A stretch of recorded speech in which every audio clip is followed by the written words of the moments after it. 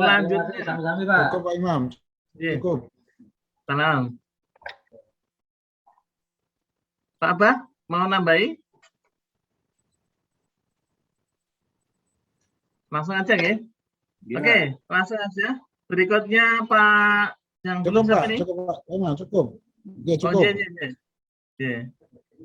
Berikutnya Pak Monggo Muiz ya. dilanjut. Iya, iya. Pak Muiz. Halo Pak Muiz.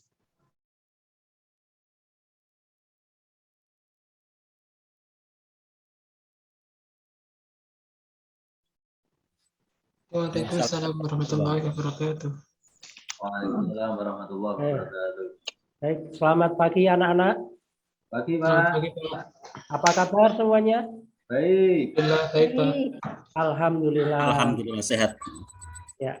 Sebelum kita mulai pembelajaran pada pagi hari ini, Bapak akan mengecek kehadiran kalian semua ya, mulai dari absen 1, Mas Ihsan. Hadir Pak. Oke, terus yang terakhir Mas Sufyan. Hadir Pak. Ya, hadir semua ya. Baik, pada pembelajaran pagi ini kita akan mempelajari materi infak. Ya. Namun sebelum itu sebagai mengingat pembelajaran sebelumnya yaitu materi zakat. Di sini ada yang masih ingat dengan materi zakat? Mas Sufyan mungkin materi zakat ada berapa jenisnya? Ada 2 Pak. Zakat fitrah Ya, dan zakat mal. betul. Ada 2 yaitu zakat fitrah dan zakat mal. Ya, bagus. Terus untuk pembelajaran kali ini yaitu materi infak, tujuan pembelajarannya adalah siswa nanti diharapkan mampu menjelaskan arti infak, mampu menjelaskan pengertian infak, dasar hukum infak, mampu menulis dasar hukum infak. Itu menyebutkan syarat-syarat infak ya. Baik, sebelum kita mulai pembelajaran kita baca basmalah terlebih dahulu. Bismillahirrahmanirrahim. Baik, kita akan melihat slide berikut ini. Sudah kelihatan belum? Ampun, Pak. Sudah ya.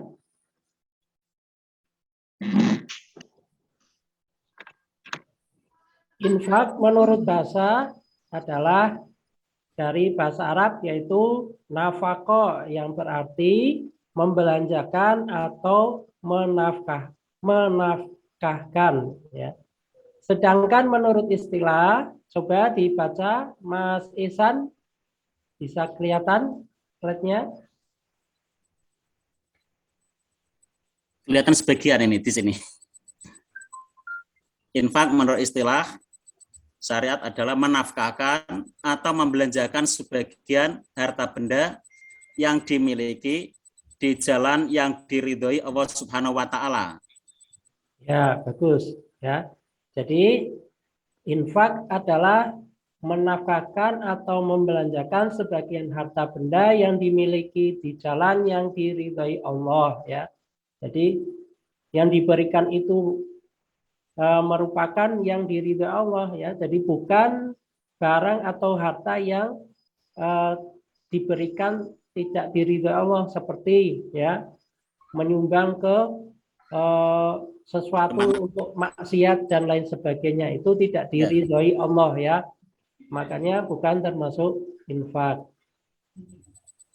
Terus dasar hukum infak dalil dalam Al-Qur'an adalah surat Ali Imran ayat 92 yang berbunyi a'udzubillahi minasyaitonirrajim. Bismillahirrahmanirrahim. Lan tanalul birra hatta tunfiqu mimma tuhibbun. Wa ma tunfiqu min syai'in fa innallaha bihi alim. Shadaqallahul azim. Yang artinya kamu tidak akan memperoleh kebajikan sebelum kamu menginfakkan sebagian harta yang kamu cintai, dan apapun yang kamu infakkan tentang hal itu sungguh Allah Maha mengetahui. Ya. Jadi kalau menginfakkan itu dengan harta yang dicintai atau yang disukai, ya, karena nanti orang yang dikasih atau yang diberi itu juga akan menyukainya, ya. Jadi barang yang disukai tentu akan disukai oleh orang lain juga. Terus ketentuan infak, hukum infak ada 4, yaitu wajib, sunnah, mubah, dan haram. Ya. Infak yang wajib antara lain yaitu zakat, terus membayar mahar, terus menafkahi istri, itu termasuk infak yang hukumnya wajib. Terus untuk infak sunnah berupa menyumbang atau memberikan dalam atau di jalan Allah. Terus contoh yang lain yaitu menolong ketika terjadi musibah, itu ya termasuk sunnah. Terus yang mubah diantaranya yaitu memberi hadiah dan hibah. Terus yang terakhir adalah haram, ya. Seperti infak untuk menghalangi syiar Islam, itu infak yang haram. Terus infak tidak karena Allah atau tidak ikhlas. Terus rukun infak ada berapa di sini rukun infak? 4, Pak. Ada 4. Sebutkan coba Mas Nurwan. Yang pertama, pemberi infak atau munfik. Ya, Yang kedua, penerima infak atau munfik lahu. betul. Yang ketiga, barang yang diinfakkan. Terus Yang keempat, penyerahan ijab kabul, Pak. ya bagus ya. Jadi infak itu rukunnya ada 4. Yang pertama pemberi infak atau dinamakan munfik. Ya, terus penerima infak disebut munfik lahu, dan barang yang diinfakkan juga ada. Terus yang terakhir adalah ijab kabul atau serah terima. Jadi kalau ada 4 ini maka sudah termasuk infak, ya. Terus yang terakhir adalah syarat infak, ya. Syarat infak di sini ada 4 juga, yaitu orang yang memiliki harta berlebih, ya. Jadi kecukupan orang tersebut. Terus yang kedua ikhlas karena Allah. Yang ketiga tidak menyebut infak karena nanti akan menyakiti. Terus juga tidak menyakiti orang yang menerimanya, ya. Mungkin dalam arti tidak mengungkit-ungkit, ya, nanti karena bisa menyakiti orang yang diberi infak. Sampai sini ada yang mau ditanyakan? Tidak, Pak. Sudah jelas, Semua, Pak. ya. Jelas.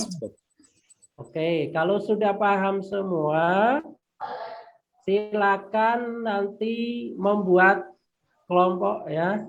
Absen 1 sampai 5 kelompok A, 6 sampai 10 kelompok B, absen 11 sampai 15 kelompok C, dan 16 sampai 20 kelompok D, ya. Silakan didiskusikan, membuat kelompok kecil.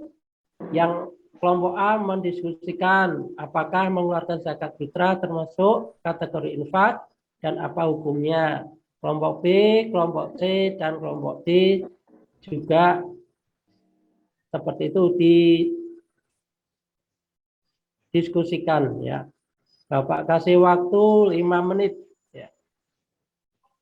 Oke, terima kasih. Setelah kalian tadi mempresentasikan hasil diskusi, maka sebagai akhir dari pembelajaran kita kali ini, Bapak akan menyimpulkan materi yang sudah kalian pelajari tadi, bahwa infak menurut berasal dari bahasa Arab yaitu nafaqah yang berarti membelanjakan.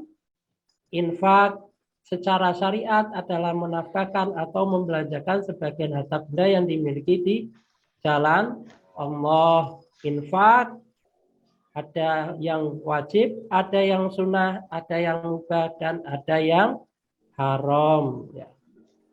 Sampai di sini sudah paham semua ya? Paham, Pak. Ya, Pak. Ya. Untuk tugas materi infak ini nanti akan Bapak share lewat WA, tugas atau PR nanti ya. Ada beberapa pertanyaan yang nanti bisa dijawab dan silakan nanti dikirim lewat WA pribadi jawabannya ya. Bapak tunggu sampai jam 9 malam nanti ya. Baiklah anak-anakku sekalian, kita akhiri pembelajaran pada pagi ini dengan membaca hamdalah alhamdulillahirabbil alamin. Assalamualaikum warahmatullahi wabarakatuh. Waalaikumsalam warahmatullahi wabarakatuh. Terima kasih Pak Muiz. PowerPoint-nya bagus. Bikin sendiri atau dibikin orang? Sendiri Pak. Ini ngajar kelas berapa Pak Muiz? 456 Pak. 456. MI berarti? Iya Pak. Oke. Metode apa yang digunakan Pak Muiz? Metode small group discussion Pak. Apa itu? Diskusi kelompok kecil. Emang bisa kelas 3, 4, 5 itu diskusi? MI? Ya untuk 56 bisa. Ini pelajaran kelas 5. Kalau Ya. kelas 4 mungkin masih kurang ya. Kalau 56 saya rasa sudah bisa. Pernah diterapkan? Sudah pernah, cuma tidak perlu bimbingan, masih perlu bimbingan Pak. Karena diskusi itu membutuhkan semacam proses berpikir gitu ya. Kalau anak-anak itu kalau proses berpikir agak berat, biasanya begitu. Ya, menurut teori pembelajaran kan seperti itu ya. Itu harus digarisbawahi, begitu harus dicermati kaitannya dengan metode yang digunakan. Sudah sering saya sampaikan di beberapa waktu yang lalu. Kebetulan kalau di saya tak sampaikan, pas penyusunan RPP itu memperhatikan betul metode dengan kelas ya, metode dengan kelas siswa itu kelas bawah atau kelas atas itu harus diperhatikan penuh itu. Oke, menurut Pak Muiz tadi sudah beri motivasi belum pada siswanya? Motivasi mungkin belum Pak, karena suasananya kelas tidak mendukung ya. Kenapa nggak mendukung? Nah ini sepi anaknya. Oke. Kalau Sudah kemarin pas manfaatkan teknologi informasi belum? teknologi informasi tadi sudah PPT ya, bentuk visual, belum ada audionya. Selain PPT apa menurut Anda? Nah, tadi untuk penugasan atau PR saya lewat WA. Siswanya punya WA semua kalau gitu ya? Ya kemarin alhamdulillah punya semua Pak. Gitu. Ya, tapi kan kadang lewat ortunya Pak. Ortunya ya, oke. Apa menurut jenengan kelemahan dari metode yang jenengan gunakan tadi? Ya kelemahannya itu karena perlu berpikir yang lebih luas. Anak-anak masih perlu bimbingan Pak. Jadi mungkin dalam menjawab masih maksudnya pertanyaan itu bagaimana, jadi masih perlu bimbingan dari guru. Oke. Untuk mengukur hasil belajarnya,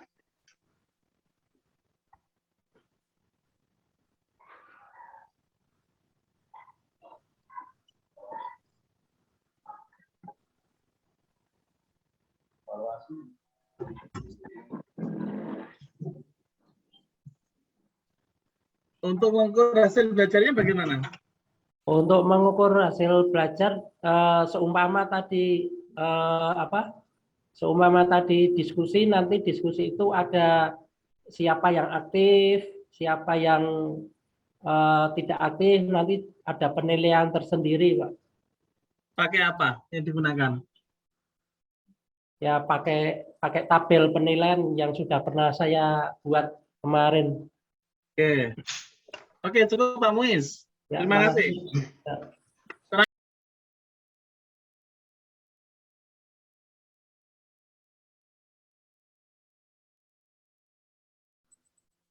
Ya, silakan dilanjut. Pak Abdul Muiz. Ya Pak, makasih Pak. A'udzu billahi minasyaitonir rajim. Bismillahirrahmanirrahim. Yasin wal Qur'anil hakim. Innaka laminal mursalin ala siratin mustaqim. Tanzilal azizir rahim. لتنذر قوما ما أنذر آباؤهم فهم غافلون لقد حق القول على أكثرهم فهم لا يؤمنون إنا جعلنا في أعناقهم أغلالا فهي إلى الأذقان فهم مقمحون صدق الله العظيم.